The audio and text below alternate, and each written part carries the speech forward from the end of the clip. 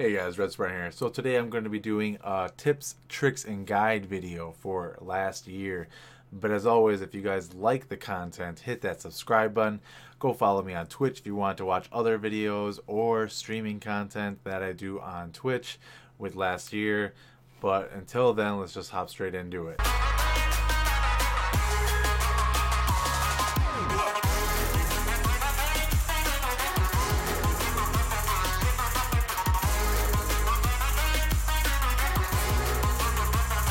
Alright guys, so to start the video we're going to talk about the killer away from the giant and collect scrap by yourself. Just make sure you always keep your stamina at about half.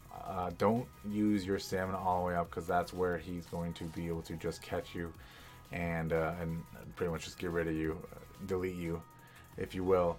With the slasher, I would say the buddy system is probably the best way to go about things. Don't have two assaults with the buddy system in one team, I guess you'd call it. Have two assaults in the team, but don't have two assaults in one buddy system. I would say is one assault and one scout with one assault, medic, and one technician. So those are the two different buddy systems. If you guys are geared out, then do two assaults with one medic and then one technician with a scout. If you guys are with the strangler, I would say stay all as one. Don't do the buddy system. Try to work together in a team of 5. The strangler will definitely pick you off if any of you guys are separate or fall behind, or if he finds a chance to be able to separate you guys on his own by trapping you guys or grabbing you guys over trapdoors in general. He will definitely pick you off one by one. So stay together, work together, and communicate. In the beginning of the game, I wouldn't craft. I would collect as much scrap as possible until you find out what the killer is and what their strategy is going to be. You can keep your scraps when you die. So when you die, your scrap stays on you. If you were to craft something and then die, you lose whatever you crafted, and then that scrap that you used to make that item also is gone. But if you have scrap when you die, you actually keep that scrap when you respawn. Don't forget, at the end of the game, don't complete the objective unless everyone's ready for it to be completed. 99% it, or 80% it, or 70% it. Keep it, a couple seconds away from being done, but don't complete it.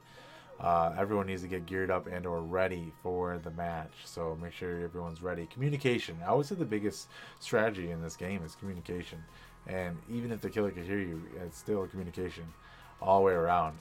Don't be afraid to switch classes. Like I said, if you have scrap, you actually keep your scrap even when you switch classes. If you need 2 assaults, or if you need a technician or a medic even, don't be afraid to switch classes. You still will have your scrap that you collected on a different class. Watch each other's backs when you guys are doing objectives or going into other areas in general. Watch those backs. Watch around the peak points. Watch around corners in general. Make sure if you could see the area, then he can't spawn there. But if it's like the game slightly thinks your vision skewed from the center point of where the killer is, this is the center point right here. If you can't see, I would say right here, if you can't see this on the killer, he could spawn in and out. If you could see, from here on or from here on, the killer could spawn in and out. You have to be able to see this part of the killer all the way down the body. And that's the center point. If you could see that, he can't spawn in, or spawn out. Technicians should always be barricading every door that you guys are going behind. This keeps the killer at bay. It keeps them behind. They can't go through the door when they are in predator mode.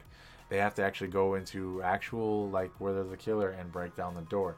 The only thing that the killer can do with this, and this might go into the killer guide video as well, is when they are barricaded into something, they could teleport back to the main area. Smoke bombs at the very end are very, very good. Very, very easy to use, and they actually shut down the killer at the very end. So basically what you do is you lay a smoke bomb right before the exit door, and the killer cannot attack or grab you guys while the smoke bomb is going off. So what you do is you lay the smoke bomb and you crouch through it, and then you get through the main door at the very end and you escape, and the killer can't do anything about it. It's actually really well used. It's underused. It's not used as much as it should be used. That's why I want to do this, to kind of point that out to people, that it's really well used. You don't want to just kill the killer. You want to kind of make it so they have to watch you guys leave. Bathrooms have a lot of scrap. I find. So it's kind of like a 50-50 thing. Either they have a lot of scrap or they have very little. But you're always going to find scrap in the bathroom, either way. So you can hit the jackpot, or it could just be like another day in the hallway, pretty much. Don't attack the killer while he's executing. He's going to be glowing green and flashing. If you are attacking the killer while this is happening, nothing's going to happen. If you're using a special weapon while you're going to waste charges while he's executing. He's invincible. There's no point. Just wait for him to be done, and then use your bat or your hockey stick or whatever you need to use, your taser, after he's done executing. Don't waste it on when he's executing. There's no point. When you jump off ledges, don't jump. Fall off the ledge. A lot of people are gonna like look down and for some reason jump and think that they need to jump. You don't need to jump. Just fall off the ledge. You're gonna take less damage. You might not even die. I find a lot of people are jumping off ledges and they're just dying. It doesn't make any sense to me, but that's why I wanted to make this video to kind of tell people what to do and what not to do. Alright guys, once again, just hit that like button, leave a comment down below if I missed anything that could possibly help people that are being survivors.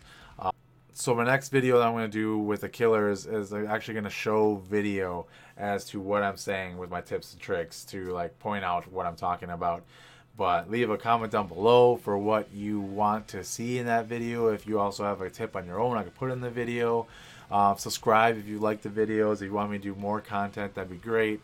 And don't forget to go to Twitch and follow me there and watch me live and ask me questions there. But thank you guys so much for watching these videos. It means a lot to me. See you guys next time.